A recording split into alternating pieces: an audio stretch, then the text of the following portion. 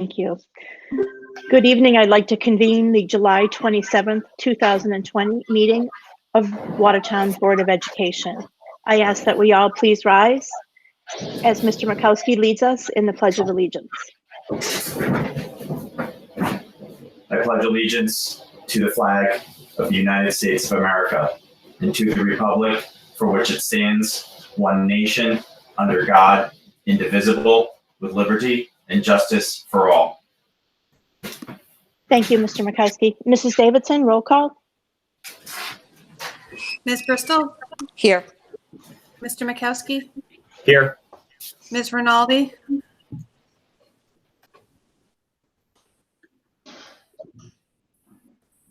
Here, sorry. My mic was on. Ms. Wilk? Here. Mr. Lambert? Mr. Lambert? Ms. Crotty? Here. Ms. Rosa? Here. Ms. Eastman? Here. Mr. Malaguti? Here. Thank you. Mrs. Davidson, I do see Mr. Lambert's phone number. He may be having some audio issues. Moving on to item D in the minutes. For the minutes, we had a Board of Education regular board meeting on June 22nd. Is there a motion? Yes, Madam Chair, I move that the board approve of the June 22nd, 2020 regular meeting minutes as presented by Ms. Davidson. Thank you. Is there a second?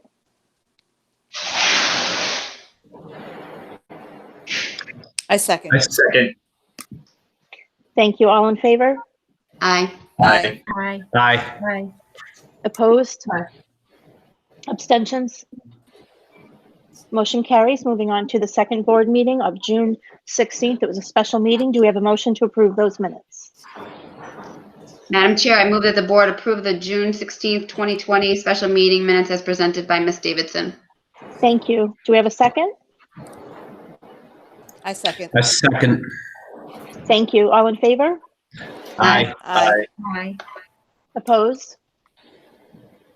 Abstentions?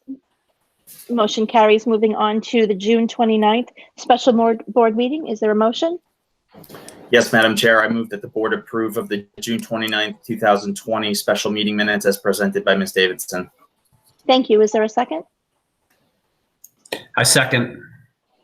Thank you. All in favor? Aye. Aye. Opposed? Abstentions? I abstain. Janelle Wilk. One abstention. Thank you. Motion carries. Moving on to item E, Superintendent's recommendations and report. Dr. Harrison? Good evening, board members, and good evening to all of our community members who are joined in the meeting as well. It's good to see everyone. Board members, you will see on our agenda for tonight that there are a number of appointments. These appointments are not only for the start of the school year with many of our stipends for clubs and organizations, but also we have our appointments for our extended school year for our students, our special education students. So we've been doing our regular ESY program since the start of the school year. I'm sorry, since the start of the summer, but we have an in-person program that will begin on Monday, August 3rd. And so we're excited for that program to begin under the direction of Annette Dillon, who is our Interim Director of Student Services. So you'll see some appointments related to those. Also, you'll see a number of new appointments or new staff that's been hired. So in addition to all of the work for planning for a reopening in the fall, our administrators and my office, we've been very busy with hiring and bringing on new people to our staff. And so that's always a really exciting time to get to meet with the professionals who will be engaging directly with our students and really moving our whole district improvement plan forward through really clear and exciting lessons for students. So that hiring process will continue as we kind of move forward towards the start of the year. While we're on the subject of hiring, I do want to say a huge welcome to Kristen Raymond, who is our new principal at Judson Elementary School. So this is her first official board meeting with her participating with us. So Kristen, we are excited to see you here and excited to have you at the helm at Judson. Thank you. I'm excited to be here as well. Fantastic. We also have Gino Fiella, who is our new facilities manager, who has jumped in and has been really, really busy getting himself up to speed with our district, working with our administrators on the reentry plans, and also making contact with his many connections from other districts from his time before as a facilities manager. And so I'm excited to have him on board and his expertise as we're really unpacking what the fall will look like for our students and staff and our entire community. He is not able to be here present at tonight's meeting as he's had an unexpected death in his family. So we will keep him in our thoughts. The last thing, board members, that I wanted to share was that there was a press release earlier today from the State Department of Education announcing a partnership with Columbia University's Center for Public Research and Leadership. And so that organization has been working in collaboration with some superintendents across the state and in connection with a couple of our teacher professional unions to develop a remote learning framework. The focus of that remote learning framework is that it's equitable, it's high quality, culturally responsive. We've had an opportunity as a district to have a sneak peek of that work as I was one of the 4 superintendents that had the opportunity to work with some of the folks from Columbia in putting that together. And I was able to voice our experiences with distance learning this past spring, talk about some of the challenges, some of the lessons that we learned. And it was really exciting to be able to read the draft of these documents to see how Watertown's experience was really directly impacted what that looks like, and to know that it's going to be adopted at the state level, that partnership, I'm really excited about that. And so we'll continue to unpack that, and that will be a part of our ongoing work as we're preparing for reopening this fall. Are there any questions? Yes, through the chair. Dr. Harrison, what is a chemical hygiene officer? So in our science labs at the high school, we have to have someone designated to ensure that all of the state requirements around storage of chemicals and equipment is up to par. And so there's a stipend that goes along with that. Thank you. Any other questions for Dr. Harrison? Thank you. Moving on to item F, communications. Madam Secretary. Yes, Madam Chair. Mrs. Crowdy received a letter on behalf of the board and will now read that into the record for us. Thank you. I received a letter from a local group of residents and alumni called the Reflection Zone, and it reads as follows. Hello all, I hope you and your loved ones are doing well and staying safe. My name is Jaden Romenkis. I am a Watertown High School alumni class of 2018 who grew up in Oakville, and I am now entering my 3rd year at the University of Hartford. I am emailing and writing to you on behalf of the Reflection Zone, a group of Watertown High School alumni and Water Oak residents who are dedicated to creating a more welcome and inclusive atmosphere in town. Let me first say that I am grateful for the work that each of you do for the students and parents of Watertown Oakville School District. That being said, I am reaching out to the board because the members of the Reflection Zone would like to address and work to improve some concerns that myself and other alumni have from experiencing them firsthand. I've attached a list of questions that we have because we know many things have changed since we graduated. We would also love to be able to meet with you and/or the board to discuss the answers to the questions. We are more than willing, in fact, we are hoping, to work with you to create a more welcoming atmosphere for all of our students. We also know these things take time and our understanding of that. This is a call to action for the members of this town and our elected officials to be sure that we as Water Oak are inclusive and accepting of all people and are willing to do the work to make our town a better place. Hope to hear from you soon, Jaden Romenkis, Reflection Zone Co-Executive Director. The questions they submitted for the Board of Ed, actionable steps to make our schools more inclusive, were as follows. 1, does the Watertown school system actively and purposely include people of color and LGBTQ+ people, culture, and history within the curriculum? Examples of this are including events such as Stonewall, the Tulsa Massacre, African history before slavery, and also may include purposely teaching about scientists, musicians, and authors who are of color and are of LGBTQ+. 2, do you allow teachers to separate students according to gender? Do you suggest that they should use something else to group their students? 3, do you have an available gender-neutral or all-gender restroom that is available to students, parents, and visitors, in addition to the men and women's restrooms? 4, do you include LGBTQ+ related sex education in the sex education classes? Do you include education on the gender spectrum? 5, do you have a course that focuses on the history and culture of marginalized groups? 6, have you considered changing the Indian mascot to something that is not racially charged? And lastly, 7, if the answer to any of the above questions is no, when would the board be available to discuss making these concepts a reality? Thank you. Any other items, Mrs. Wilk? Nothing to report at this time. Thank you. All right, thank you. Moving on to item G, items of discussion. Item A is the 2020-2021 school calendar, and Dr. Harrison has some recommendations for changes. Thank you. So board members, just about a week or so ago, the governor changed the regulations for schools attendance for the year, reducing the requirement from 180 days per year to 177 days.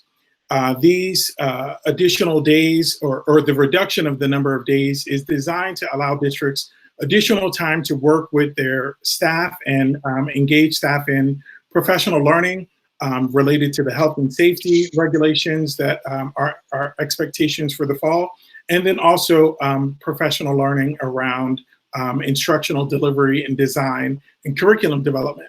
And so my recommendation to the board is that we delay the student start for the school year by 3 days, so that all students in pre-K through 9th grade will begin on September 1st, and our 10th through 12th grade students will begin on September 2nd.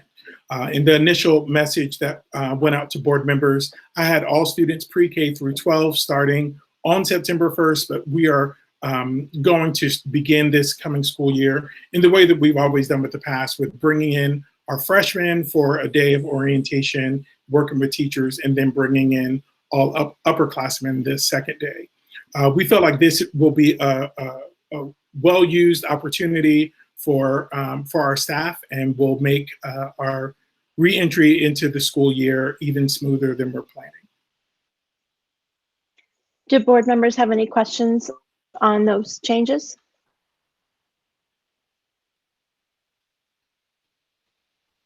Okay, thank you, Dr. Harrison. Item B, Watertown Public Schools Fall 2020 Reentry Plan Draft.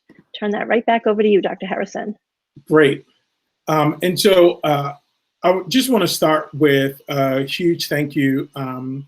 As you can imagine, the working on this plan to reopen schools in the fall has been an enormous task that took a lot of great input from so many people across our community, and especially a lot of the late nights and early mornings from our administrators in putting all of the ideas together and ensuring that we are meeting the guidelines from the Connecticut State Department of Education. We're constantly reviewing the guidelines and recommendations from the CDC, and also staying closely connected to our state health department, but also our local health district, which is the Torrington Area Health District.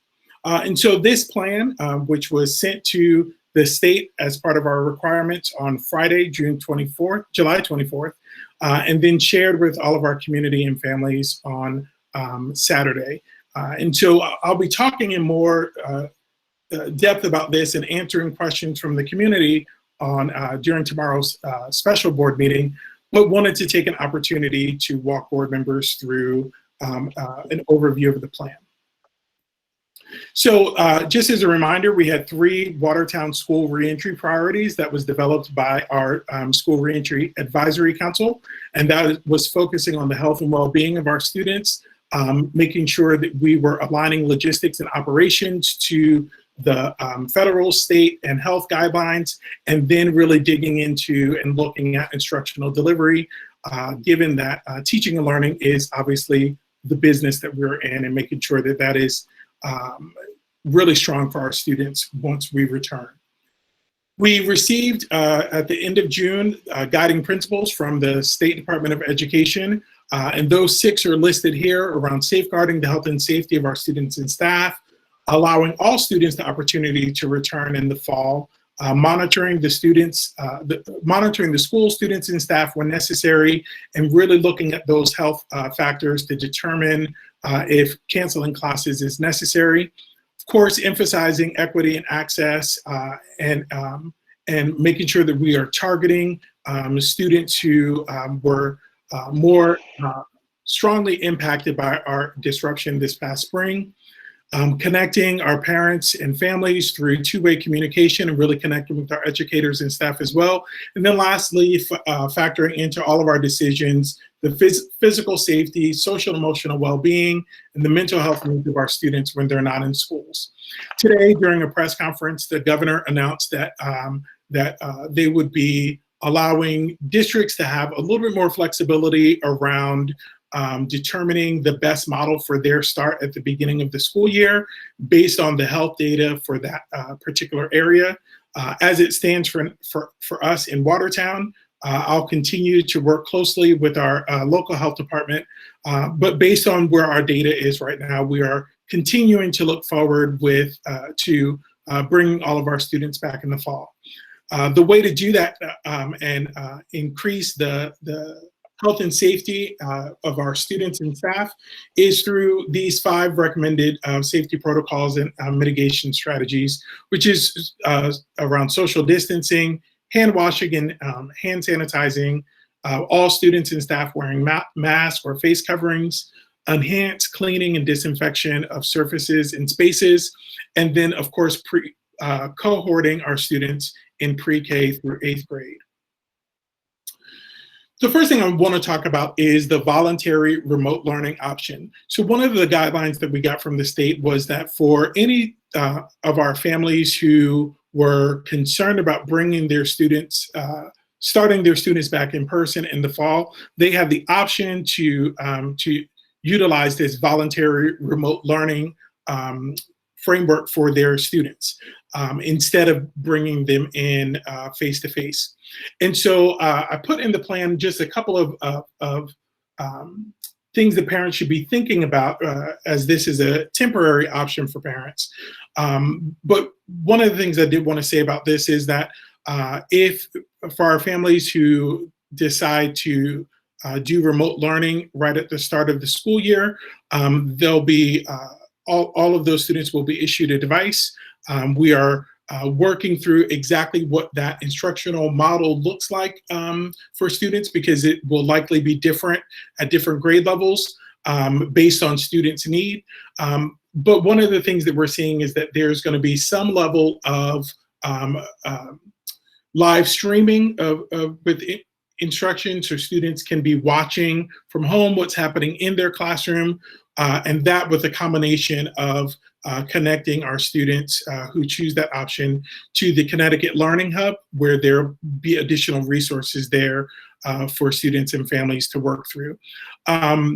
Couple of things that we learned in some very recent guidance that came from the state regarding voluntary remote learning is that that this remote learning programming may not result in matching one-to-one the number of instructional hours as if when students are in school. Also, parents and families who decide to opt into voluntary remote learning will also be expected to supervise and engage their children. And so it's important as you're thinking about that option to think about what that whether or not there'll be an adult there to help support students, particularly with our younger students. Should our public health data support a changed approach, the policy directives from the state may change. And given that this is a temporary option, it may not be that students stay in voluntary remote learning from the beginning of the year to the end of the year. So one of the things that we're looking at as a district are ways that we could easily transition students from one framework to the next, should that option change throughout the year. We'll be tracking attendance for all students who are opting into remote learning. This tracking will be consistent with the State Board of Education's definition for attendance. And so essentially, students will have to be present or engaged or logged in, whatever that looks like, for at least half of the regular school day. And so it's important for parents to know that there's an expected time commitment there as well. And then lastly, should there be any statewide assessments while we are still in this voluntary remote learning framework, those assessments will be required to be taken in person. One of the things that I just wanted to say, just overall, is that we are really encouraging families to let us know well ahead of time from a planning standpoint if they are interested in choosing this voluntary remote learning. We'll be sending some information directly from schools to our students. We were able to get some of this information back from many of our families who responded to our last survey, but we also want to get a better count as we're approaching the start of the school year. The second piece that's really important is because it's voluntary, families could decide that even though they started the year that way, that they want to switch to the in-person learning model. If that's the case, they should notify the principal of the change, but we are also asking them to give us some additional planning time so that we could make sure that there's space in the classroom, that the materials that's needed for those students are available, readily available, and that we are able to have transportation in place. There are 3 scenarios that are guiding our opening at the start of the school year. And those 3 scenarios are based on the spread of the coronavirus at any given or any particular time. So if the risk level is low spread, then we will begin with the in-person learning model. If it's moderate spread, we'll begin hybrid learning model. And if it's high spread, we'll begin remote learning model. Those 3 models are not just about how we'll begin, but it's we can move from one model to the next at any point during the school year based on what the health data looks like. Initially, our planning was just to be thinking about everyone across the state starting with the in-person model, given that as a state, our health data looks really good. But we learned today that districts will have a little bit more flexibility to look at the best model based on the health data related to our specific community. As I mentioned earlier, our health data supports us continuing to move forward with the plan of going back in green with the full in-person model. So that model is a traditional schedule with all of the health and safety mitigation strategies in place, with all students attending every day. The learning model for moderate is hybrid, where we have 50% of our students in the building at one time, and while the other 50% of our students are learning at home with remote learning. So we have divided our district into 2 groups. Group A with last names A through K, Group B, last names L through Z. Group A will attend in person should we switch to a hybrid model on Mondays and Tuesdays, while Group B is learning remotely. And then Group B will attend in person on Thursdays and Fridays, while Group A is learning remotely. All students across the district will be at home learning remotely on Wednesdays in the hybrid learning model, which will allow for additional time for our custodians to clean and disinfect the building between groups. You'll see later on the next slide that we'll repeat that cleaning process on the weekends after one group finishes, and Group A will be planning to start on Monday. School capacity in the remote learning model, all schools obviously are closed at that point. It's very similar from a capacity standpoint with the bus capacity. So in the green, we'd start the year with buses being able to operate at full capacity with the implementation of specific safety protocols that I'll talk about a little bit later in this presentation.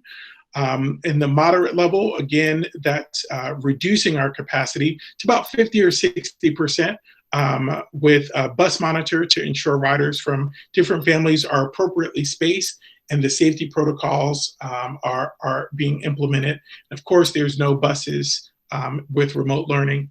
One of the things that we have as part of our plan, even at the full capacity level, is to ensure that there are bus monitors in place at the green level as well as at the moderate level.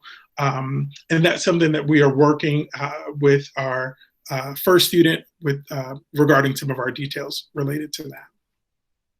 The last two pieces that I wanted to talk about related to these three scenarios for the continuum of learning, of course, is the cleaning and sanitizing. And I mentioned earlier that we have enhanced cleaning protocols that are based on the CDC's guidance. At the moderate level, we'll continue that with a deep cleaning on Wednesdays and then also deep cleaning on the weekends. And then, of course, at the high model, no one's coming into school. And so we'll continue with the cleaning and sanitizing protocols, even though we're not as focused on some of those high touch areas because people aren't in the building. And then finally, just to point out athletics for all three levels, we are following recommendations from CIAC related to their restrictions and protocols. Right now, again, we're planning on indoor and outdoor extracurricular activities to move forward during low transmission spread. Should there be the need to move to that moderate level where we're doing hybrid, all indoor activities, extracurricular activities, and athletics will be suspended, but we'll continue with outdoor events. And then if we have to switch to remote learning, all athletics are suspended. This last note here just talks about, as of today, June 27th, we are projected to open at the green level, and I'll continue to work closely with to monitor our infection rate in collaboration and connection with the Torrington Area Health District. So I wanted to pause, board members, there just for a moment to see if there were any questions. Dr. Harrison, it's Diane Bristol. I do have a question, and it's regarding students who choose to do remote learning and who might be in middle school or high school and might be an athlete. Would they be allowed to play on a sports team if they're choosing to do remote learning? That's a great question. So part of the CIAC guidelines is that part of the requirements is that we have developed a COVID-19 athletics council, which includes our Mr. Catuccio, our athletic director. Dr. Parlato is the superintendent designee on that team. We have our medical director, and our athletic trainer, and then at least one of our coaches. One of the things that they are looking at is exactly the answer to that question. So what are our recommendations related to the students who would choose the voluntary remote learning? And so that will come with additional guidance from their next meeting. Okay, thank you very much. Hi, Dr. Harrison. I have a question, a couple of questions actually so far. the remote, if somebody does decide to do remote learning, is there a criteria for it? Do they have to submit something that says that they shouldn't come to school, or is it just if they choose not to? So great question. This was actually part of the guidance that we got from the state that all families should be given the option, and it really could just be determined by their own personal comfort level. Okay. So it doesn't have to be related to them being medically fragile or potential exposure to someone who's at higher risk at home. It could just simply be that the student or the family doesn't feel comfortable at this time. And for the moderate learning, when you have, especially for like the middle school and high school, does that affect their schedules? Or when group A is in school, does that mean group B is doing it through, like, are they live? Yeah, so it great. doesn't affect all the scheduling? So the instructional model that we're looking at for the hybrid in particular is that when students are engaged in remote learning at home, that they are being able to tune in live to the instruction that's happening in the classroom. And again, that will be very much determined on what's appropriate at which level. So you can imagine with our older students, that really makes sense. And so the instruction can continue as if those students were still sitting in person. For our younger students, that's a little bit more of a challenge because, and I would say this part is true for all grade levels, pre-K through 12. It's not that the teacher just lectures the entire Right. and so so we're looking at some different ways for our staff to, with lower grade level students in particular, to think about kind of a mini lesson, and then students kind of working individually on something, and then also looking at some ways to do some small group instruction.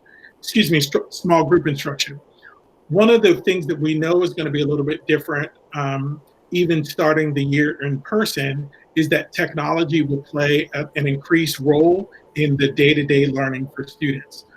So that if students are in a position where part of the classroom is learning from home, they have already practiced using Google Classroom, let's say, as their framework, that they're using the Google Suite and all of those tools as a way to virtually collaborate. So with having some of those processes already in place, even with face-to-face learning, it will make that transition to that hybrid model a little bit easier. Thank you. Dr. Harrison, if I may. Oh. Yeah. I just wanted to add to Diane's question in regards to voluntary choosing of remote learning in the beginning. The governor has indicated on multiple occasions that is a choice that will go away. We don't know when, but that it is a temporary choice that, should things continue to go well, he has said that he doesn't expect that to continue throughout the year. Would you agree with that, Dr. Harrison? Is that what you've heard? Yes, absolutely. And so that's one of the, in the guidance that we got from the state on Thursday, that was one of the things that was really important for us to really stress. And that was that should things change, we need to make sure that we're notifying families that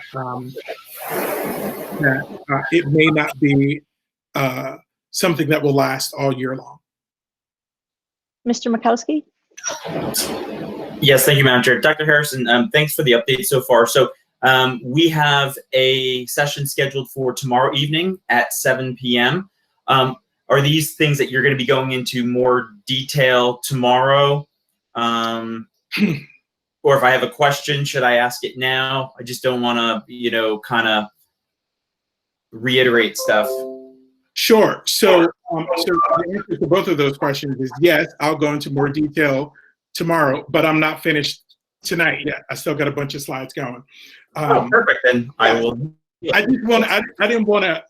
I'm trying to do better about waiting to the end to ask questions because and just kind of taking them as we go for tonight. Tomorrow night, I'll do the whole presentation, and then we'll have a block of time to respond during public participation to the questions that were emailed to me, and then also to live questions.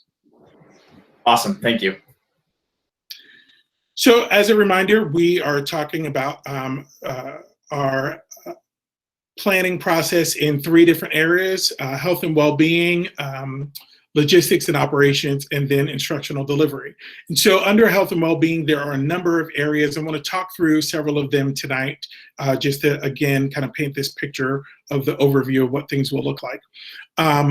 So training of staff and students, I already mentioned that we want to have some additional training modules in at the start of the school year, and using those 3 additional days to work with our staff. Some of those things that we'll talk about are effective hygiene protocols, donning and doffing PPE, procedures about reporting illness, supporting social and emotional learning, social distancing, all of those pieces, doing all of that work with our staff, and then also doing a lot of training with our students once they come into the building. Things around social distancing, frequent hand washing, use of face coverings. And I know that our principals are even thinking about ways to share information with their students, particularly some of our younger students, ahead of time, so that parents could begin reinforcing some of these strategies with their kids prior to the start of school year. Our process for monitoring symptoms, wanted to take a moment and talk about that. Temperature checks will not be required for students and staff or any of approved visitors upon arrival. Instead, we are engaging in passive and active screening to monitor symptoms. So let me talk a little bit about passive screening. Passive screening is that students, staff, any approved visitors, and we'll be limiting the number of visitors and volunteers in the building, but they will be they must screen themselves or either be screened by their parents before leaving for school to check and ensure that their temperature is below 100 degrees Fahrenheit, and again below that temperature without having taken any fever reducing medicines. And then also to observe themselves, or parents observe them, for any symptoms that are consistent with COVID-19. Naturally, if the temperature is high, or if they have any of those symptoms, they must absolutely stay home. In addition, once students come in, at every one of our schools, we'll be screening students through active screening, looking at visual wellness checks, checking on temperature if there's the need. So if a student is doing a lot of coughing in class, or something like that, or coming in and just kind of talking about being really sluggish, that those would be some of those active screening triggers that would send them for further screening by the school nurse. Our school nurses and our administrators will be working with all of our staff to lay out what are the things specifically that we should be looking for as far as any potential symptoms, and then making sure that we're connecting closely with our medical health, our medical advisor, who's an area doctor, and then also the local health department, in the event that new symptoms come up or there are other things that we should be thinking about. If there are any symptomatic students, based on that active screening throughout the day, those students will be sent to an isolation room. So each of our schools are designating an isolation room specifically for students who have symptoms, COVID-19 symptoms. They will stay there until a parent or a guardian arrives to pick them up. Students who are symptomatic throughout the day, they wouldn't go to the same nurse's office, that a student who just fell and scraped their knee on the playground would be. The point is to keep them isolated. The individual who will be supervising that isolation room will be equipped with the proper PPE. And of course, they'll be logging every person that walks into that room to ensure that we're able to engage in contact tracing and monitor symptoms going forward. The school nurse will make sure that parents understand that any students who go home with COVID-19 related symptoms will not be able to return and will have to isolate at home until after 24 hours after the fever has broken, with a note from their doctor or with a documented negative COVID-19 test. Obviously, this is something that we are taking very seriously in order to maintain the health and safety of all of our students and our staff, and then, of course, their families at home as well. One thing I would say about our nursing staff, we, in our most recent health and well-being committee meeting, we talked about increasing the number of nurses at each school so that there are at least 2 nurses, 1 nurse to cover the regular nurse's office, and then another nurse that is able to be there and just dedicated to the isolation room so that there's no cross-contamination. Related to symptomatic staff and approved visitors, as you can imagine, if staff members or any other adults that are in the building are symptomatic while they are in the building, they'll be asked to go home and be expected to follow the same protocol where they shouldn't return until they meet that criteria from the CDC related to home isolation. And that's the same as for students, where it's 24 hours after the fever is broken, with a note from the health provider, and then or a documented negative COVID-19 test. Any of our symptomatic staff members who have to be out of work because they are self-quarantining, there is some additional options for them related to the Emergency Paid Sick Leave Act that will not expire until December 31st. We'll be sharing additional information with our staff through our HR specialist, Kristen DeVenier. Each school will have a specified containment plan, and each school will establish a containment response team.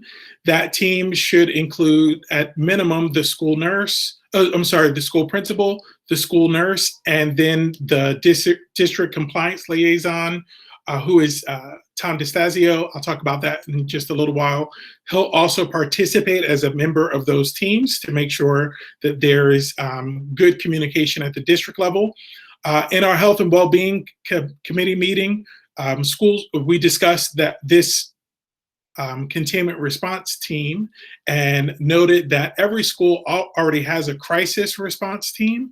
And so that team also includes these same people, but also includes the school counselor or social workers, school psychologists. And so we felt that for our district, it makes sense for our containment response team and our crisis response team to be the same group of people. So this team is focused on decreasing the risk of spreading the virus and helping with communication should there be any students or community or members of that school community that's displaying any symptoms. They'll communicate that with the district and directly with me as the superintendent, and I'll work in coordination with the Torrington Area Health District on contact tracing and determining the scope of the concern and whatever the next steps are. And that's if a student or a staff member has a confirmed diagnosis. So we have a mechanism in place so that there's the good communication from the school to the district and the district to the health department. The decision to suspend or close a school individually or the entire school district is a superintendent decision, of course, not made in isolation, but made in collaboration with the Torrington Area Health District and their recommendations, also recommendations of our medical advisor, and then our CDC guidance. If necessary, I'll be communicating with all staff and families, as well as to our local and state officials, that either one school, a couple of schools, or the entire district is shutting down and what that anticipated time period would be.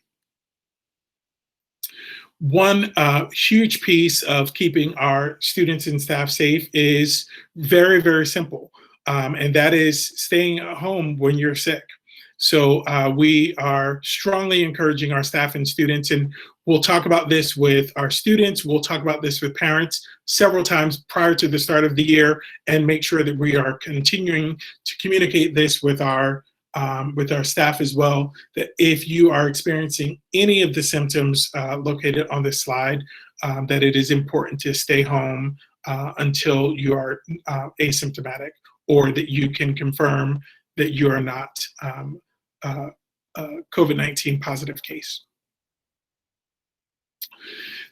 We do have a specific plan that we're working through with our high-risk employees. So we did a survey that aligned with, it was the ADA compliance survey to all of our staff to see if, based on a number of categories, that they would be unable to return in the fall. So we have that initial survey, and then we will continue to work with those individual people with the help of Kristen Deveneer, our HR specialist, to talk about what other possibilities or accommodations that can be made for some of those high-risk employees. We'll be responding to each of those concerns on an individual basis, and of course, that will be very confidential. And so tomorrow night's meeting, I'm doing kind of the open meeting with questions and comments from the community.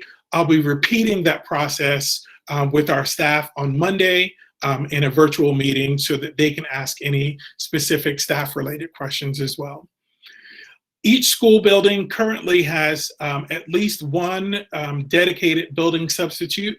When we start in the fall, each school will have at least 2 dedicated building substitutes in anticipation of that there might be more staff members who have to be out because they might be symptomatic or be required to self-quarantine. So in addition to those building substitutes, we'll also be working with our regular list of substitutes to make sure that all of them have the same training that all of our teachers have, all of the expectations around health and safety are clearly communicated and adhered to. Additionally, several of our schools have interns from local universities. We'll make sure that those people, again, are also trained. When necessary, we'll use our paraprofessionals, and they will receive compensation at the rate that's indicated in their contract. Our goal is to limit and, unless absolutely impossible to avoid, combining groups of students, particularly in areas at the grade levels where we are working really hard to keep students in cohorts throughout the day. So we want to make sure that we're not mixing groups of students. Any questions before I move on to student lunch?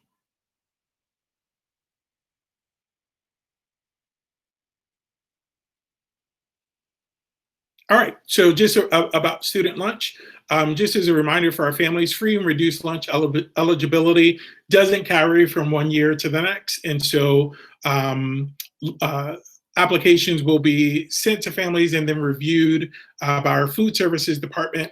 And like in previous years, that eligibility will be updated automatically in the district's point of sale system so that when a student goes to purchase lunch, it will automatically charge them the right amount. Students who temporarily opt into the voluntary remote learning that I talked about a little bit earlier, if they are in need of food service, they can receive breakfast and lunch via the grab and go method that we used this past spring. Those meals will be provided at the high school at a designated time, and our food service director will be communicating directly with those families who choose that option. Should there be an extended cancellation like there was this past spring where we shift to a remote learning model, our student lunch will begin the emergency feeding program and we'll do the grab and go meals like we did this past spring. So shifting to logistics and operations, I mentioned a compliance liaison.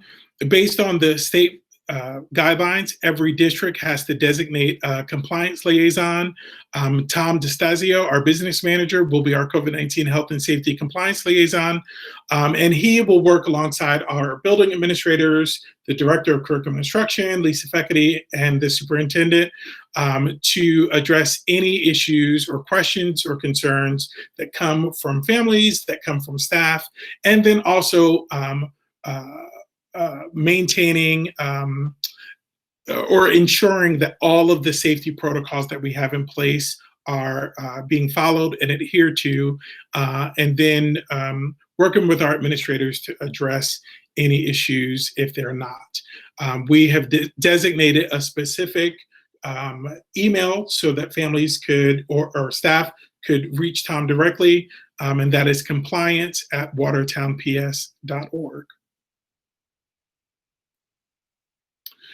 I already mentioned the shift in the number of school days based on the governor's change from 180 expectation to 177 days, which would give us those 3 full days for PD at the start of the school year.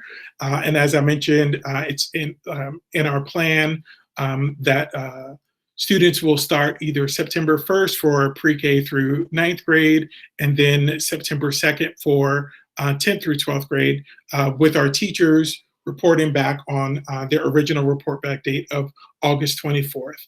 And of course, that is all pending board approval. In order to accommodate all of our transportation needs and make sure that we are able to achieve the social distancing, we are considering doing some shifting and adjusting to school start times and working with our transportation department or our transportation company, First Student, on being able to lay that out. Any changes to the start and end times will be communicated to families well before the start of the year. And by well before the start of the year, I'm really looking at having those start and end times out publicly by next week. We really want to do a fairly quick turnaround because we know that our families need time to prepare. Other logistics, we'll be tracking not just the student attendance, but also our staff attendance. This will help us to identify any trends that could suggest that there is the spread of illness, such as COVID-19, but also any other illnesses, so that we could make sure that we're following that and keeping our students and staff as healthy as possible. We currently use and code students' absences in PowerSchool as our student information system. We'll continue using PowerSchool to track attendance, but we'll also be using a special COVID-19 related code so that we could, our containment response team, particularly our school nurses, could be monitoring attendance on a daily basis and looking at the codes for those absences. Attendance will be monitored across all of the school scenarios. So not just thinking about in-person, but also hybrid and remote learning. Remote learning or distance learning this past spring, we looked at attendance based on student participation. Remote learning, should we have to shift to that model going forward, attendance will be monitored a little bit more traditionally, where students are marked present either for the day or per class. And one of the things that I'll be talking about in just a moment is the increase of face-to-face or synchronous learning as part of our remote learning model, which allows us to be a lot more stringent in how we are gauging student attendance. Before I jump into talking about mask and face coverings, are there any questions? Yes, Dr. Harrison. In regards to attendance, I know that it's very challenging if we have a remote learning situation, whether it be during the hybrid model or voluntary, whatever. Are teachers going to have some flexibility in evaluating attendance, right? So a student may log on, but if they're not using the camera, if they're not participating, if there's no, tangible evidence that they are actively engaged in the class, is there something that they can do, or what steps would they take to evaluate that situation, either on that particular day or ongoing?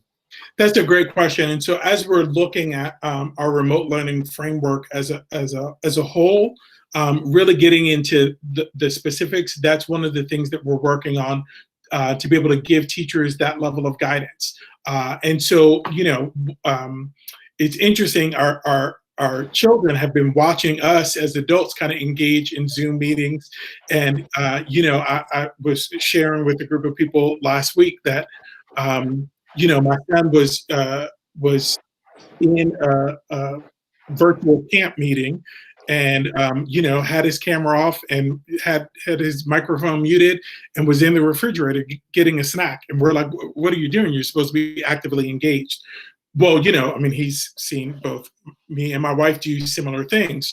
So we'll have to really talk about expectations for students and for staff when it comes to students learning in a remote environment, and then make sure that those expectations are clearly communicated to families as well, so that they could help support that.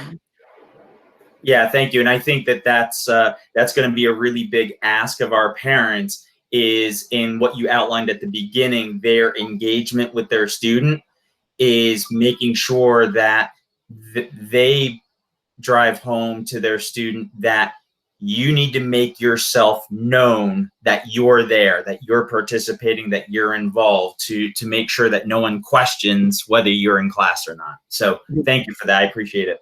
Sure. So jumping into masks and face coverings, as we all know, all students, going back in the fall, all students and staff will be required to wear a cloth, paper, or disposable mask, and making sure that that covers both the nose and the mouth when they're inside the building. With the exception of students who may have a medical reason that would make it unsafe to wear a mask. We're encouraging parents to have their students bring their own mask to school, but if a mask is lost or forgotten, the school will provide a disposable mask for that day. We'll also be making sure that disposable masks are available on the buses, so that before a student enters a bus, that they would be required to have a mask. And so if there's not one, if they don't already have one, they'll be given one by either the bus driver or the bus monitor on the bus. In order, students who have a documented illness that would impact their ability to wear a mask will be required to submit a doctor's note to the nurse's office, and we'll be sharing additional information directly from each school. The reason why we want a doctor's note, obviously, is because we know that we have students who, say, for instance, have asthma, but may not have had to use their inhaler in 5 years. And so just because a student has asthma doesn't mean that that equates to the not being held to the expectation of wearing a mask. Naturally, we will be working really closely with each of our families in order to work out the details with students who cannot wear a mask, and then also putting some additional precautionary measures in place for students who might be in the same classroom as a student who doesn't have on a mask because of one of those health reasons. One of the questions that I've been asked frequently is, does a face shield qualify as a mask? And so it's pretty clear in the guidelines from the state, which are supported by CDC guidelines, and from our local health officials, that wearing a face shield or a face mask, the clear plastic mask or shield, is not equivalent to wearing a mask. And so there may be some students who may need to wear a face shield, or staff that may need to wear a face shield for instructional purposes, like with a speech teacher, if a student is needing to look and see that teacher's mouth moving as they're teaching, or a situation where a teacher might need some additional PPE because of having to be in close proximity of a student. They might have on a face shield in addition to their mask, but it's important to note that they're not interchangeable so that our families are clear with what the expectations are for students. Face and mask and face coverings must be cloth, paper, or disposable. They must cover the nose and mouth, fit snugly but comfortably against the side of the face, be secured with ties or ear loops, obviously allow for breathing without restriction, and should be able to be laundered or machine dried without any damage or change to the shape. In our plan, we have linked to guidelines about wearing masks and from CDC and about how to get your child used to wearing masks in preparation for the start to the school year. We also get questions about mask breaks. Our students will be provided at minimum with 1 5-minute mask break per class period. And we're really looking at ways to be able to do that safely.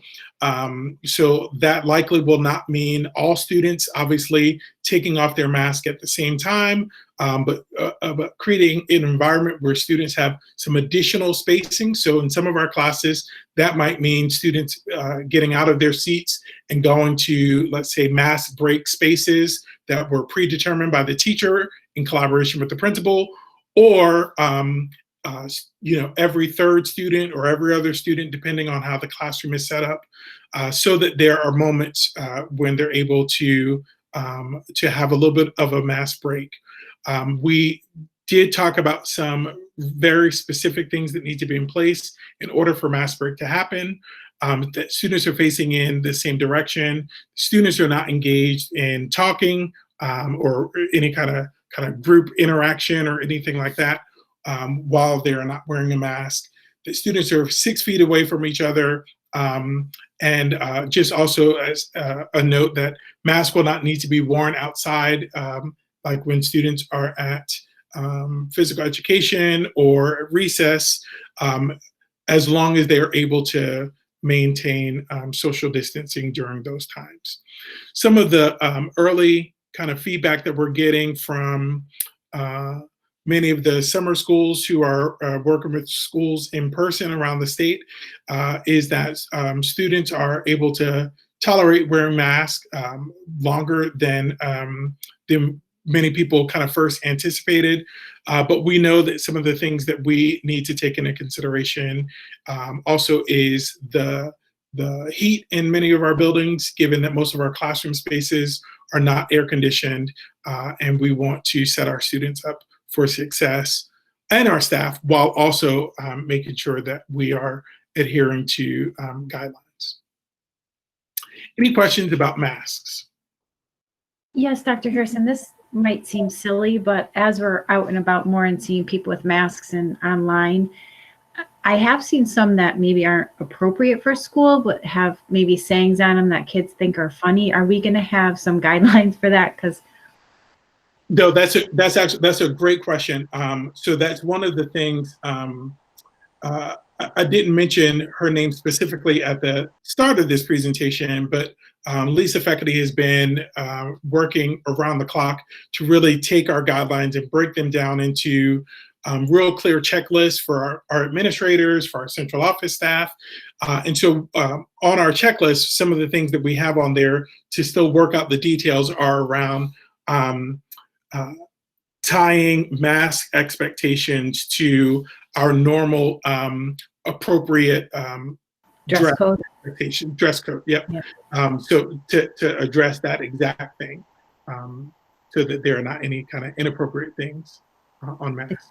Thank you.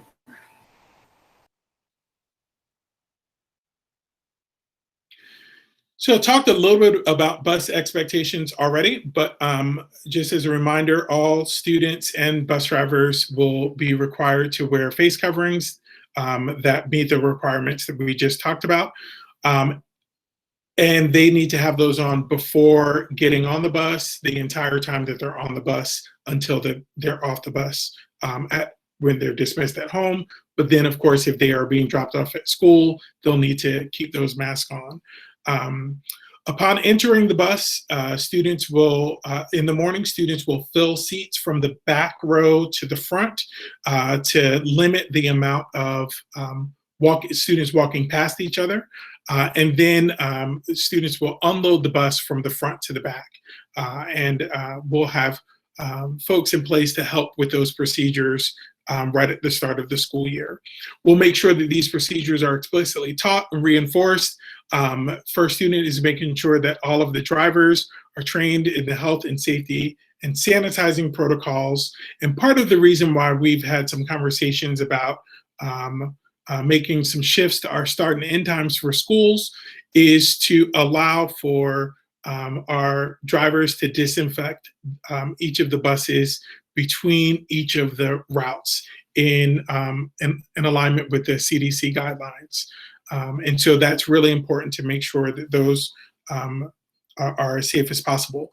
You can imagine that at each school, our principals are working on their specific approaches to students unloading the bus so that we don't have huge groups of students entering the building at one time, really close together. And so over the next several weeks, our principals will continue to work on those details at their specific buildings.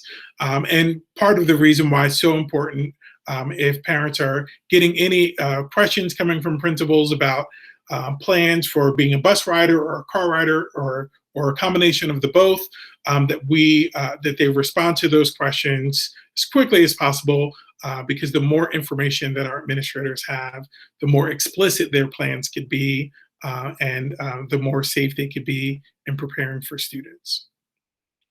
One of the mitigating strategies that we've already talked about are cohorts based on state guidelines.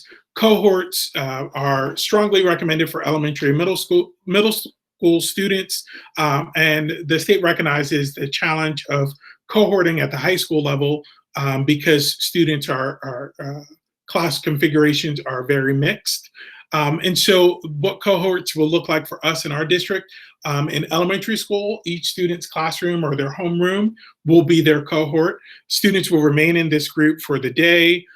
There may be some small group or individual pull-out instruction related to interventions or intervention groups or students who have pull-out services from their IEPs. We'll make sure that we're logging, that we're keeping logs for any of that pull-out instruction to help with contact tracing and any spaces that are being used by, let's say, the speech teacher has a student in her room, and then before the next student comes in, we'll make sure that that area is cleaned and prepped for the next student. At the middle school level, we already have students broken into 2 teams per grade level. Each one of those grade level teams will then be divided into 5 cohorts. Students will remain in those cohorts throughout the day. And in some cases, those students may belong to a second cohort for their unified arts classes, but I know that one of the things that our middle school administrators have been looking at is keeping students in the, maintaining those cohorts, even as students are traveling to their unified arts classes. When possible, and this is true at the elementary level as well, we will have teachers moving classrooms rather than large groups of students moving from class to class. So for instance, at the 5th grade level, typically our grade levels are departmentalized at both of our elementary schools, where one teacher might teach reading and another teacher teach math, and throughout the day, the students would switch across the hall. So rather than having students switch, we would have teachers switch, which would keep that cohort together. What we recognize, though, is that that's a challenge for many of our teachers with materials and moving those things from room to room. And so we've been looking at some creative ways to do that at the school level. We'll continue working with our teachers to sort out all of those details. And then lastly, at the high school level, while cohorting is not feasible at the high school, Dr. Parlato and her team has been working with daily schedules that will help reduce the number of times students are moving throughout the school to limit some of that contact throughout the day. Along those same lines around cohorting is related to social distancing. And so all of our classrooms across all schools are being redesigned to maximize social distancing between desks, workstations, and then also teacher proximity to students in accordance with the guidance that we got from the state.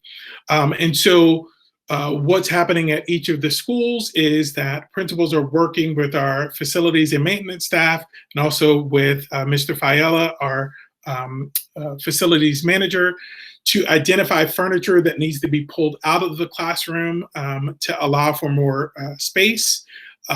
In some cases, to bring in new student seating or to reconfigure current student seating to allow for more space. So what I included here is just 3 pictures. 2 of them are elementary classrooms, the 2 to the left, the one to the extreme left, and the middle one, and then the one to the right is a high school classroom. And those are the spacing between each of those desks are directly related to the guidelines from the state. And then also we consulted with the guidelines shared by the American Academy of Pediatrics to make sure that we were also in compliance there. At the high school level, given that multiple students will be kind of shifting from classroom to classroom, they are working on building time into the schedule to allow for some cleaning to happen between student groups so that students can assist with just wiping down the desk before the new class comes in. We're also looking at some creative ways of using outdoor spaces, particularly as the weather holds up. And so bringing in some tents to increase spacing or increase capacity, let's say, for instance, at the high school with our cafeteria, to using some of our larger common areas like the auditoriums to allow for more space for some of our larger classrooms, or even for our instrumental classrooms who, based on requirements, need more space if they're using wind instruments, for instance, or students singing. And so there's a lot of reconfiguring happening, and we'll continue to share pictures along the way. I know several of our principals are working on some virtual kind of back to school videos for students that would allow for parents and students to get a sneak peek into classrooms and also get a sense of who their teachers are. One of the things that we will not be doing is providing publicly any kind of map of all of our buildings and what the spacing looks like that way. And that really is to maintain the safety of our students and staff. We are not just dealing with a global pandemic, but also recognize that in the world that we're living in post-Newtown, we want to make sure that we are not providing any public floor plans or any of that to people outside of our school district. And so really maintaining that. That said, all of the principals will continue to be communicating any kind of changes in spaces as part of their reopening conversations with staff and with families. Again, I mentioned changes at the school level with space, but also changes with master schedules that allows for increased social distancing, that also allows for frequent hand washing and sanitizing protocols, and as I mentioned before, disinfecting of shared spaces. At each of our buildings, they'll have markings on the floor to limit face-to-face passing in the hallways so that there are reconfiguring traffic patterns, and then also even in bathrooms, having really clear markings and signage to talk about spacing, to make sure that we're keeping students spaced from each other, but then also thinking about school bathroom use based on cohorts, cohorting where possible. And so all of those pieces are happening at the school level and will be communicated to all of our families going forward.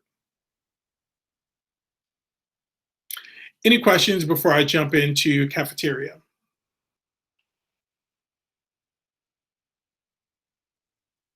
Great. So for the cafeteria, our school principals are working, in collaboration with the Director of Food Services to develop specific plans for each school.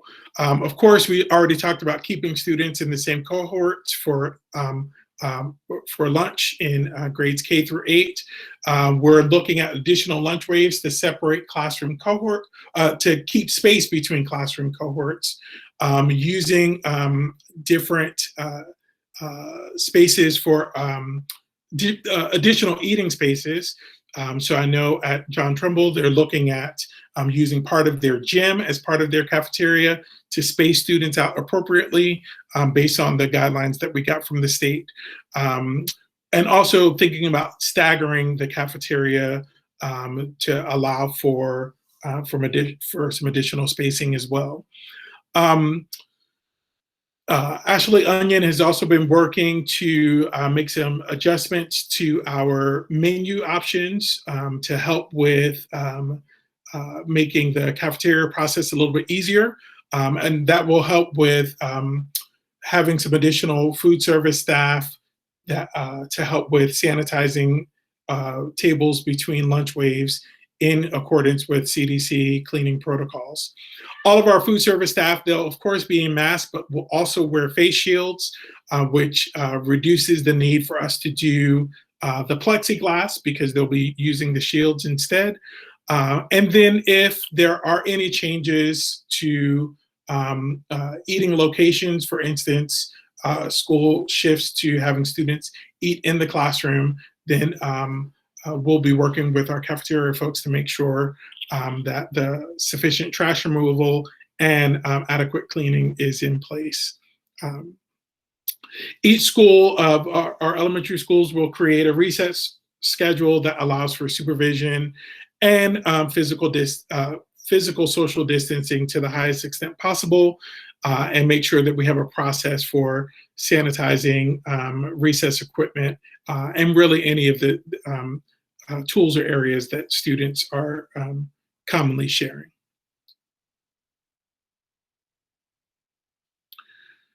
I mentioned several times just talking about cleaning and sanitizing. It's been really good having Gino on board as our facilities manager. He's jumped right in and gotten up to speed on all of the CDC and the health department guidelines related to cleaning and disinfecting schools, and then working with Mr. DeSazio on ordering all of the right equipment, ordering all of the materials, the cleaning products that's needed, and then working with principals to identify high-touch surfaces and making sure that we have a plan in place for additional cleaning throughout the day. We are anticipating bringing on some additional custodians to make sure that we have, either bringing on additional custodians or anticipating some overtime with our custodians because they are playing a critical role in the safety and well-being of our entire community. And so we want to make sure that we are in a position where we're not compromising the safety of our families and our students and staff because of not having the right personnel. I mentioned really specifying what those high-touch surfaces are, and then working with our facilities manager to put that plan in place and to implement. And then also this is where having Mr. DeSazio as our compliance liaison, he already works very closely with our facilities manager, but having them together to really ensure that this is happening and that any changes that we get from the state regarding cleaning expectations that we're able to implement very quickly and nimbly to make sure that we're able to meet the needs at each of our schools. There's a list of green cleaning products, and we're making sure that we're continuing to be in compliance with that green cleaning law as well. I talked a little bit about hand washing, of course, at every level. We will have hand washing protocols in place, in addition to sanitizing stations around the building for students and staff. The frequency that we will be sharing with our staff and will be part of that training at the beginning of the year and training with our students is based on CDC recommendations, and you could see them there before, during, and after lunch, or preparing food, caring for someone who's sick, vomiting, diarrhea, before eating food. Obviously, I don't have to go through the whole list. This comes directly from the CDC and is not just the recommendation for students, but you can see is also the recommendation for adults as well. We took this language directly from the CDC, and not that we anticipate having students touching animals or feeding animals or handling animal waste, but we wanted to make sure that we were consistent with that language from CDC regarding the frequency of hand washing. Any questions before I go on to communicating about COVID-19 cases?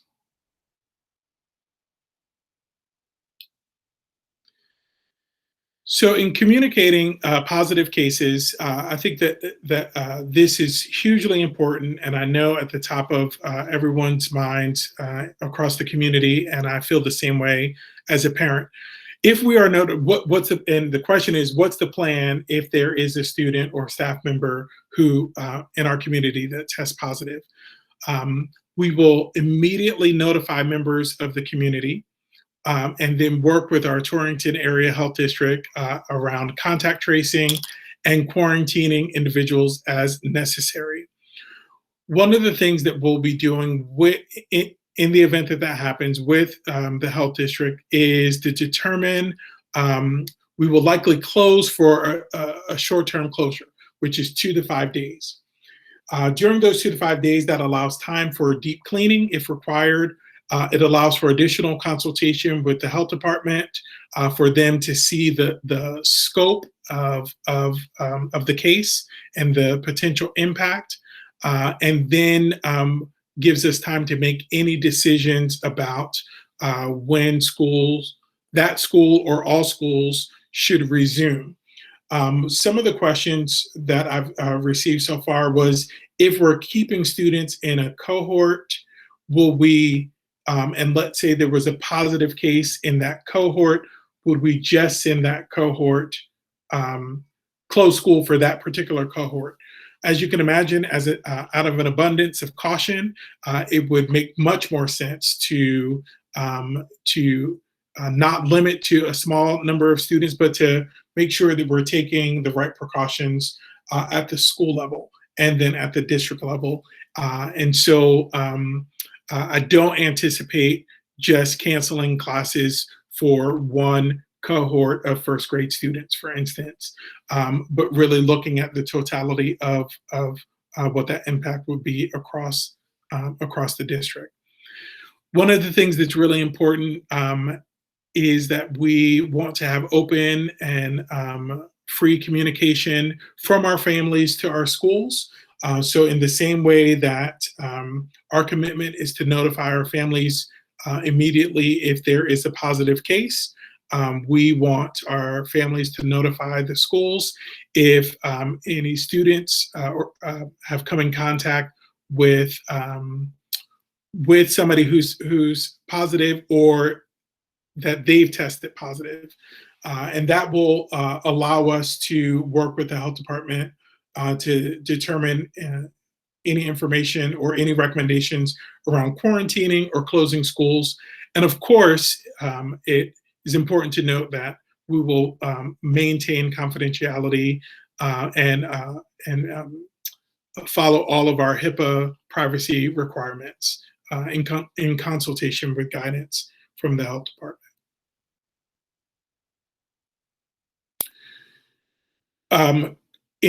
order to limit the number of people in the building, access to our buildings by visitors and families will be extremely limited. And so I talked earlier in the presentation about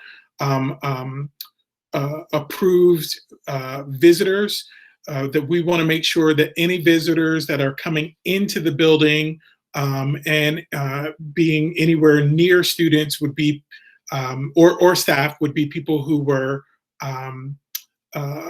who had some kind of pre-approval. So examples would be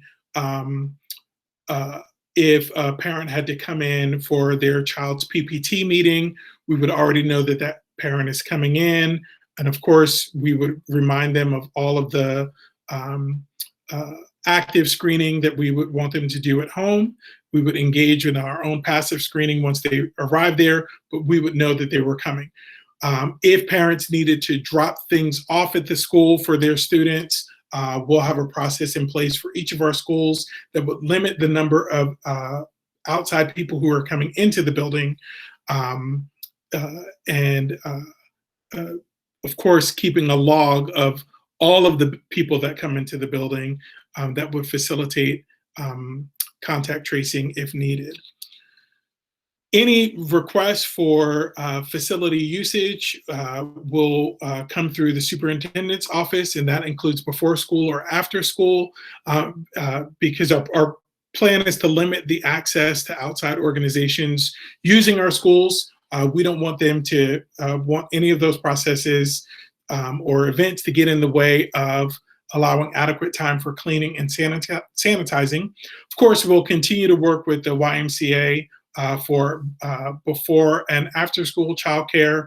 In fact, I had a conversation, a brief conversation with the CEO from the Y last week. Family reached out and said, we may need some additional time in the morning. Do you think that they would be willing to start their before school program earlier? I reached out to him. He said, absolutely. So they're continuing to be really flexible and partner with us, but they'll also be following all of the guidelines and expectations that we have at the school level and expectations from our local health officials as well. The last piece I want to talk about is related to instructional delivery. The first piece is related to assessment, that we have this 4-step process for assessing students as they're coming back at the start of the school year that really comes from the state, but it's also just a good way to build on the knowledge of students learning that we had from this past year, to really prioritize connecting with students, building community with them in the first couple of weeks of schools. So you wouldn't expect to see any kind of diagnostic testing happening school-wide, on the first day of school. So while we know that there might be gaps and we want to work really efficiently from an instructional standpoint to address those issues, we also want to have a good balance between assessment and also supporting our students' mental and social and emotional well-being as well. Lisa Feckerty will be working with all of our teams on laying out our instructional delivery plans and developing our professional learning for staff in collaboration with several of our teacher leaders across the district. We will continue with our focus on social emotional learning and moving forward with our adoption of Ruler as our structured framework around managing emotion, setting and achieving positive goals, and feeling and showing empathy for others. That's really important. And our teachers, as part of that process, will begin the year focusing on their classroom communities through the creation of a charter. This is nice. This has already been our pre-COVID-19 plans for the fall of this year until we're able to move forward with that focus on social and emotional learning.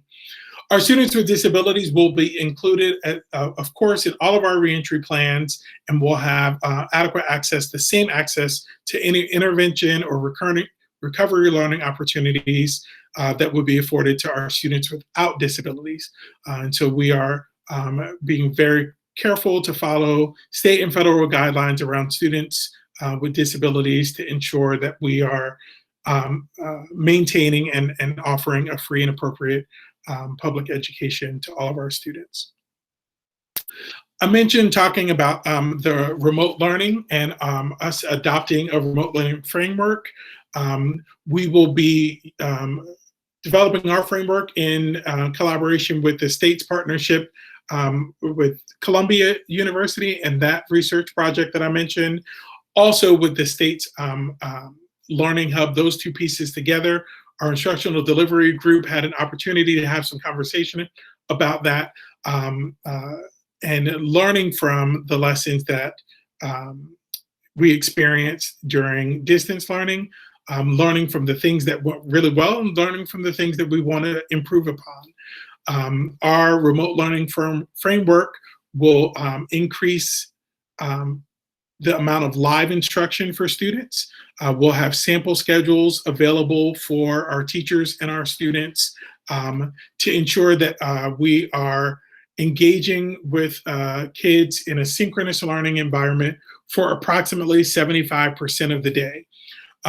This model will have some flex time that can be used for staff to do small groups, to meet with students, or even just providing some feedback.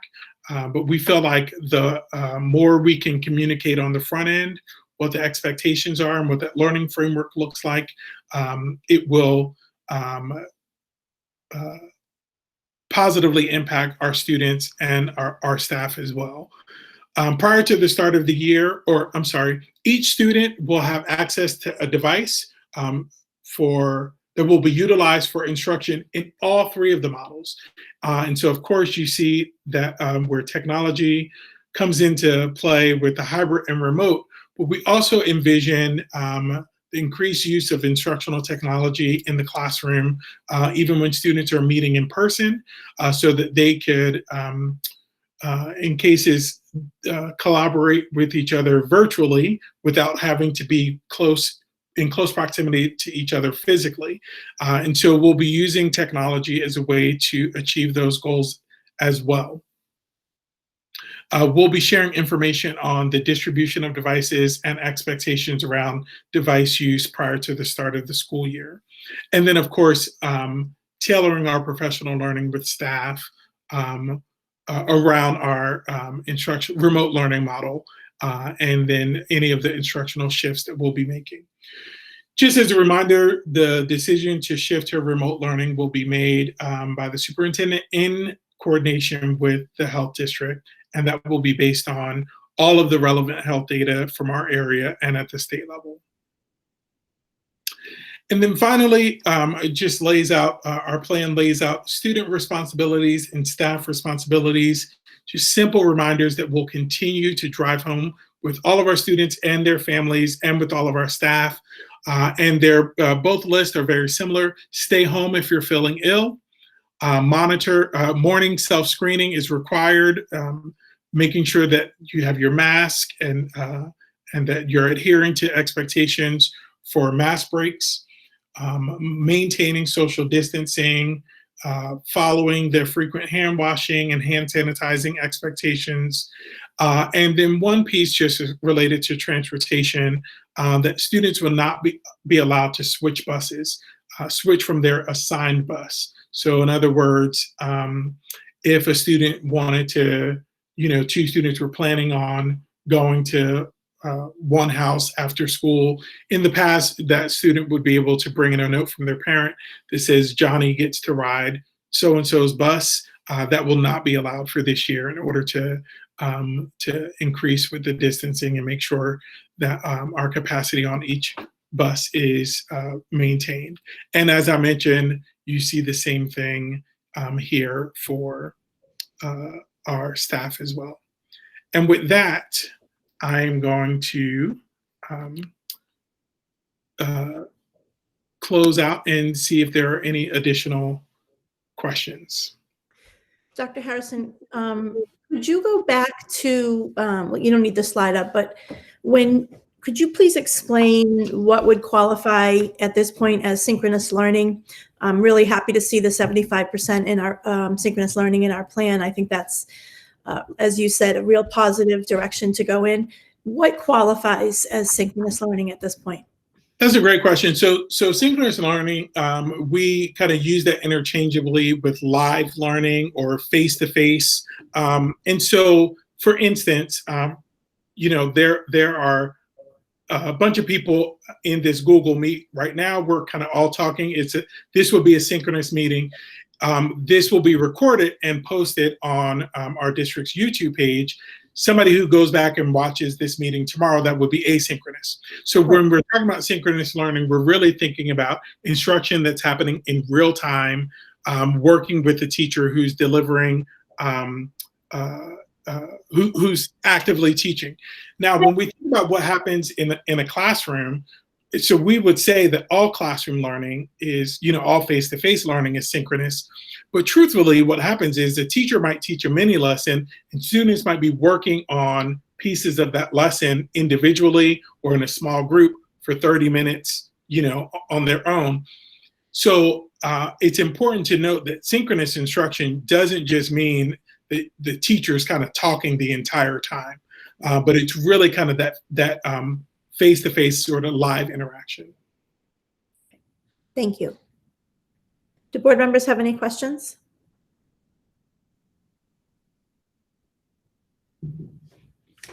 Okay. Thank you, Dr. Harrison. Moving on to item H, public participation. Do any members of the public wish to address the board? If you do, please state your name and your street address.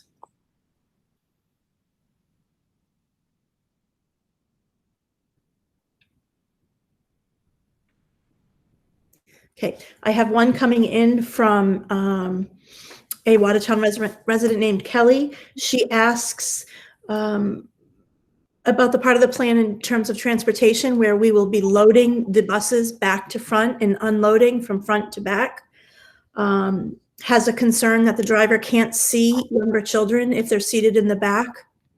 I would, assume we would talk about bus monitors at that point, but she is concerned that drivers can't see small children in the back. That's a good point. That's actually something that we'll work through with our bus monitors, but also just in being in constant communication with First Student. Just as a reminder, usually, if we would normally have kindergarten students in the first couple of rows, if they're going to be in the back row, double check and make sure that no little 4-year-old has fallen asleep on the last seat and they're kind of rolling around as a partner with the driver for the rest of the day. So that'll be part of those protocols. And just to help with that, the driver will be moving throughout the bus between routes to sanitize. So that's that will assist with that as well. Okay. She also asks how cohorting will affect bus transportation if someone tests positive in a particular cohort. Now, I know you addressed that it would be unlikely that you would close a particular area of a school or classroom. You would shut it completely down. Is that what you had said earlier? Correct. And so, so the cohorting of students is less about the closures and more about the contact tracing. And so we will naturally maintain our bus list so that we'll know to be able to include that in the work of contact tracing in connection with the health department. Okay, thank you. Any other members of the public wish to address the board? Yes, Teresa Baldwin, 91. Okay, seeing none, we'll move on to item I, COVID-19 temporary board policy changes, first reading. Leslie, sorry to interrupt you. Terry Baldwin was jumping in with a question just before you moved. Mrs. Baldwin? Hi, 91 Lexington Drive. I just had a question on the passive screening. Since that is passive, will families and parents be asked to sign an agreement? Will in fact be doing that, checking their children's temperatures before they come to school so that it can be, effective? That's a great question. So, at the start of the year, well, prior to the start of the year, we'll be communicating with families what the expectations are for that screening at home. We're also doing some work to make sure that any families who don't have access to a thermometer, that we could assist them in getting one so that they could do that screening at home. We talked with the health and well-being group about do we expect families to like fill something out every day and bring that in as proof. What we decided as a group was that the logistics associated with that could potentially really clog up the nurse's office or the school's main office, and not really have the right outcome. So Terry, other than being able to communicate that with families prior to the start of the year and really lay out the importance of those expectations, I don't know that there'll be sort of any waiver or kind of contract that says that would say that they absolutely will do this. If that makes any sense. Okay, thank you. Any other questions? Okay, board members received a packet electronically entitled Temporary Policy Packet for this evening's meeting. It's our first reading. As we prepare to reopen in the fall in accordance to the state regulations and guidelines, we have several existing policies and regulations to account for temporary changes in applicable laws, rules, and guidance that we need to allow for certain flexibilities in them and provide alternative rules for students and staff under these new guidelines and the new environment that we'll be in. So as I said, you received the COVID-19 temporary policy packet, which temporarily amends existing policies and some administrative regulations, and temporary policies on new topics related to the COVID-19 pandemic.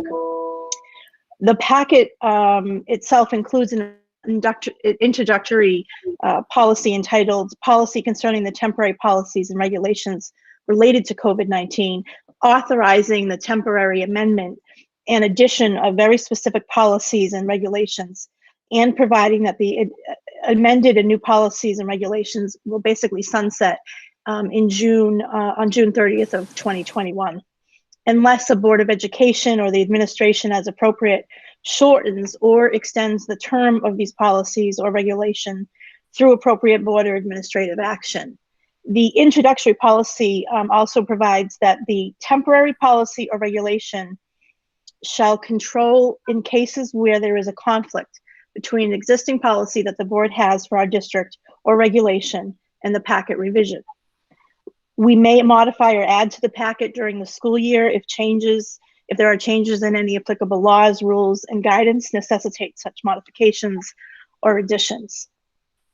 What I'm going to start out by saying is that when we seek to approve these at our next Board of Education meeting, should we all be in agreement, we will be able to approve them as a policy packet as opposed to each individual policy, unless of course we have some concerns about some. I'm going to go through them very briefly, summarize what the change, addition, or newness of a policy is. I will pause after each summary and then see if anybody has any questions or needs clarification. We'll have a couple of weeks to read through these.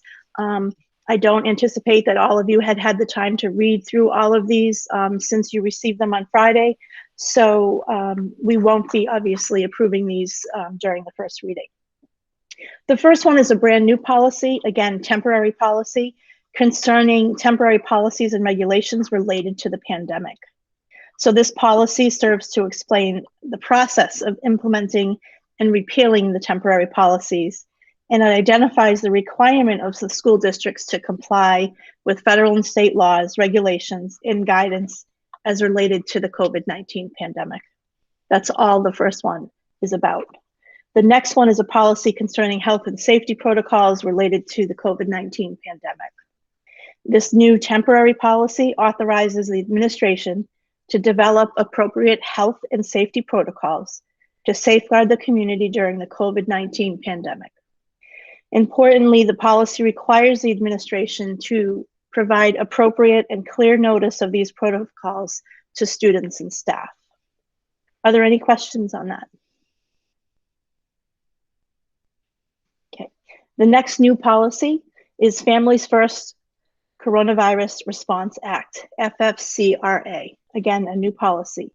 This policy tracks the requirements of the FFCRA concerning employee leave for reasons relating to the COVID-19 pandemic. This policy will also sunset, but this one will sunset on December 31st, 2020 in accordance with federal law. Any questions on that new temporary policy? Okay, the next series of policies are revisions to policies that already exist, and again, they are temporary. The first is the green cleaning programs. This temporary revision clarifies that disinfectants and sanitizers may be used by the schools in accordance with the green cleaning statute and a recent memorandum from the Department of Administrative Services. Any questions on that? Moving on to the amended use of school facilities policy. There are two amendments to our policy, a current policy. In accordance with the recent state guidance, the temporary revisions provide flexibility to the administration to limit or restrict the use of school facilities by private and community organizations. These revisions also require compliance with health and safety protocols by any private community organization that is permitted to use the school facilities. In addition, this policy has been updated to reflect the Board of Ed's no rental fee structure for local in-town nonprofit groups. That was a decision that we made earlier in the year. Are there any questions on that amendment to our facilities policy? Okay, the next temporary change in policy is on our visitors policy. This revision allows the administration flexibility to limit or restrict the non-essential visitors into school buildings and require any visitor to comply with the school's health and safety protocols. Any questions on that? The next one is volunteers. This temporary revision allows the administration the same flexibility to limit or restrict the non-essential volunteers into the school buildings and that they have to comply with health and safety protocols. Any questions? Yes, Madam Chair. Kind of Yep. a broad question. If each of these policy changes are temporary, would it be prudent to put in the policy that unless extended or renewed by the board, that they will expire on June 30th, 2020, so that we don't, or is it we have to go in and undo it? Because I don't see the specific end date noted in the policy.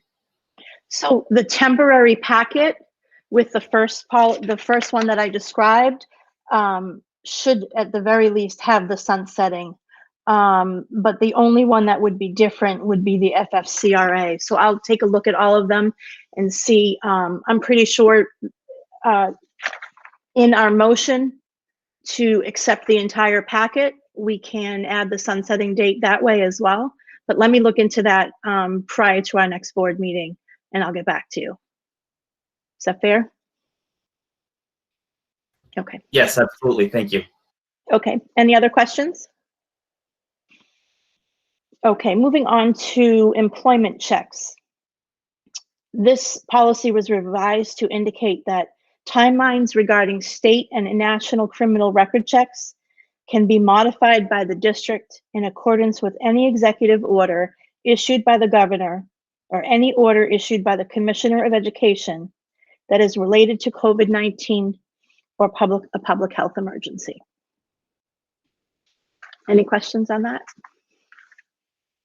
Okay, the next change is the use of district computer systems policy. The policy and regulations were revised to clarify the board's responsibility relative to computer systems.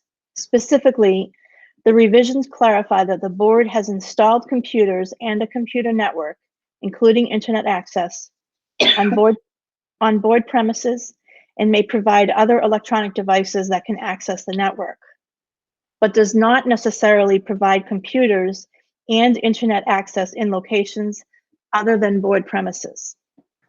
The regulations and notice regarding electronic monitoring were also revised to specify that employees are expected to exercise appropriate judgment and may be monitored electronically when engaged in remote teaching or use of a digital teaching platform. Are there any questions on that? Okay, and I would just ask anybody who's not participating at this time to mute themselves if they haven't already. Moving on to the next one is under students, attendance truancy and chronic absenteeism. The temporary revisions to this policy require schools to actively monitor student absences and collect the data concerning medical absences to allow the district to identify trends that would suggest the spread of illnesses, such as COVID-19, in accordance with state guidance. Note that we do anticipate receiving additional guidance from the Department of Education concerning attendance and students who do not attend school during COVID-19 pandemic. We can revise this policy in accordance with that guidance when the time comes. Any questions on that? The next policy amendment is to health assessments. The health assessment policy has been temporarily revised to address recent Department of Public Health guidance. Specifically, the revisions implement flexibilities in the timing for required health assessments upon initial entry to school in either 6th or 7th grade and in either 9th or 10th grade. The Department of Public Health has not at this time relaxed or otherwise amended the immunization requirements for school attendance. Any questions on that? And I believe that originated because there was a backlog of people trying to get physicals and appointments with their doctors in time during the pandemic. Moving on, continuing with students, student discipline policy.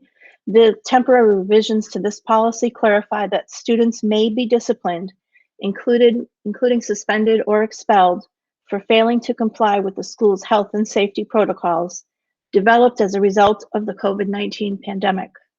The revisions further provide that expulsion hearings may be held virtually if physical presence in schools is limited or restricted. Any questions on that? Okay, the next one is transportation.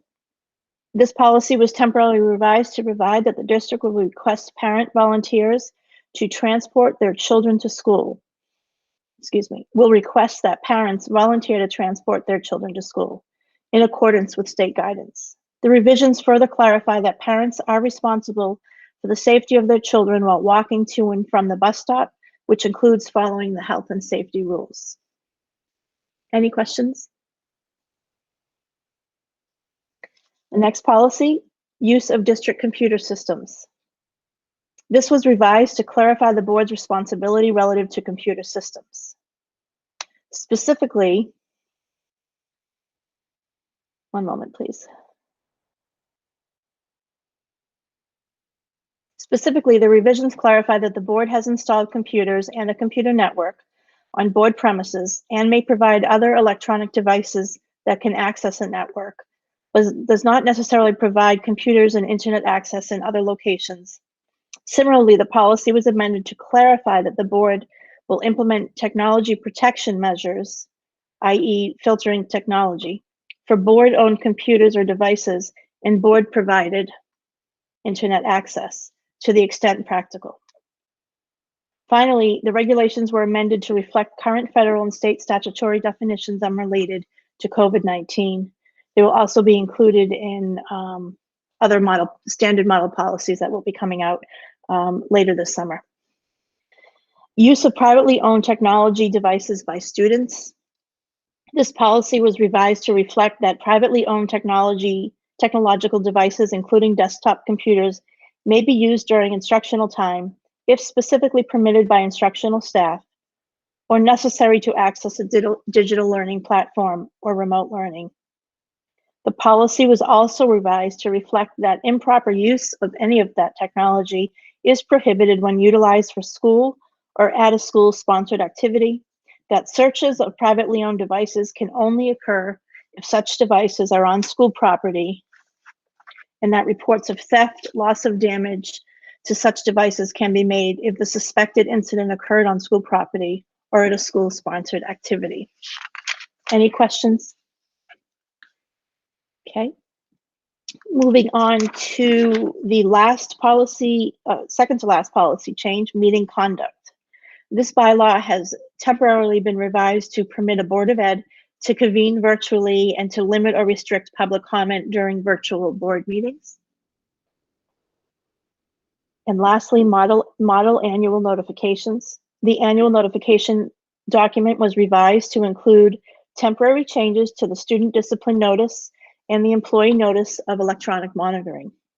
The annual notification document was further revised to include the required employee notice under the Families First Coronavirus Response Act, and to note that school districts should review their green cleaning program notification.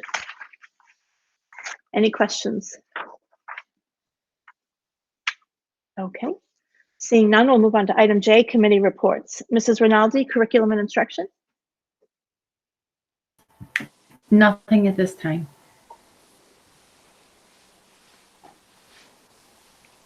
Mrs. Rinaldi? Nothing at this time. Okay, I believe she's You hear me? saying no report, but I can't hear her. She did say nothing at this time. Nothing Okay, at this thank time. you. I can't hear her. Mrs. Wilk, policy and labor?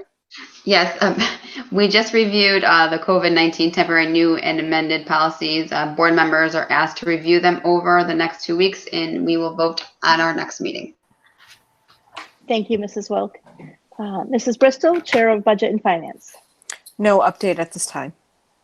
Okay, and Mr. Lambert, Chair of Facilities.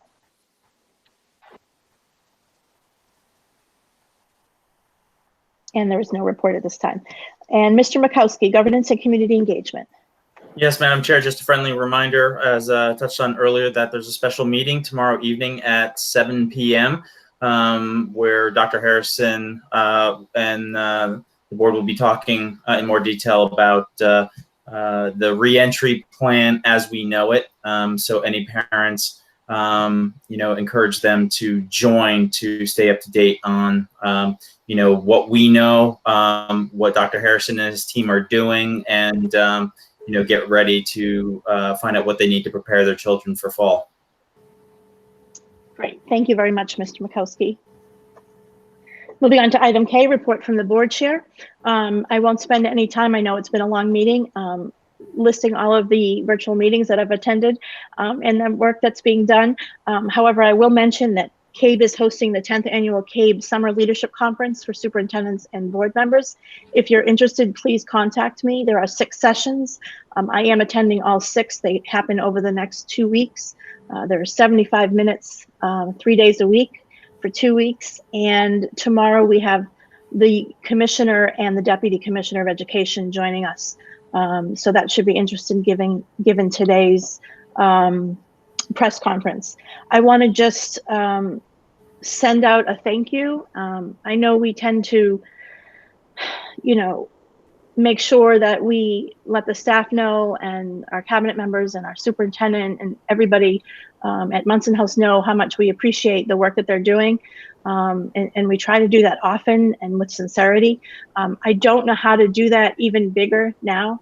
The work that our superintendent and his cabinet and the principals of our schools that have been doing in preparation for the state mandated plan report that had to be in last week, and then continuing to prepare for re-entry in September and also for our teachers in August has been, I think I've said this to Dr. Harrison and a couple of the board members. Everybody talks about this as being extraordinary times. I say that the work is extraordinary.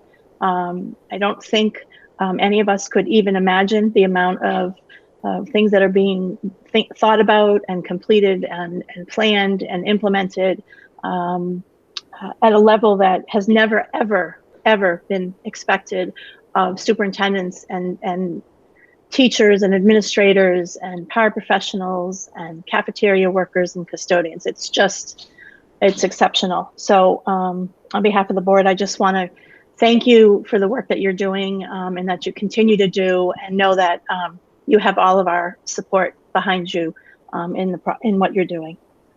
Moving on to item L, action items. Is there a motion to change the 2020-2021 school calendar year? Yes, Madam Chair, I move that the board approve of the updated 2020-2021 school year calendar that includes 3 COVID-19 related professional days and student start date of September 1st, 2020 as presented. Okay, so I didn't hear it. Did everybody else hear it? Yes, I heard it. Yes, I heard it. Yes. Okay. Yes. Yes. Okay, thank you. Is there a second? I second it. Thank you. All in favor? Aye. Aye. Opposed? Abstentions? Motion carries. Moving on to item M, future agenda items and board member comments. Do board members have any comments they'd like to make at this time or suggest any future agenda items? Yes, Madam Chair, I was just wondering, totally off topic, but about the fields, the turf fields, where we are with that, and maybe we can have a little update at the next meeting. I know we talked about it at previous meetings and then all this happened, so. Great. I will put it down for board to be notified about that in the facilities report. Thank you, Kathy. Any other board member comments or future agenda items? Okay, seeing none, we have our last round of public participation. Any members of the public wish to address the board this evening?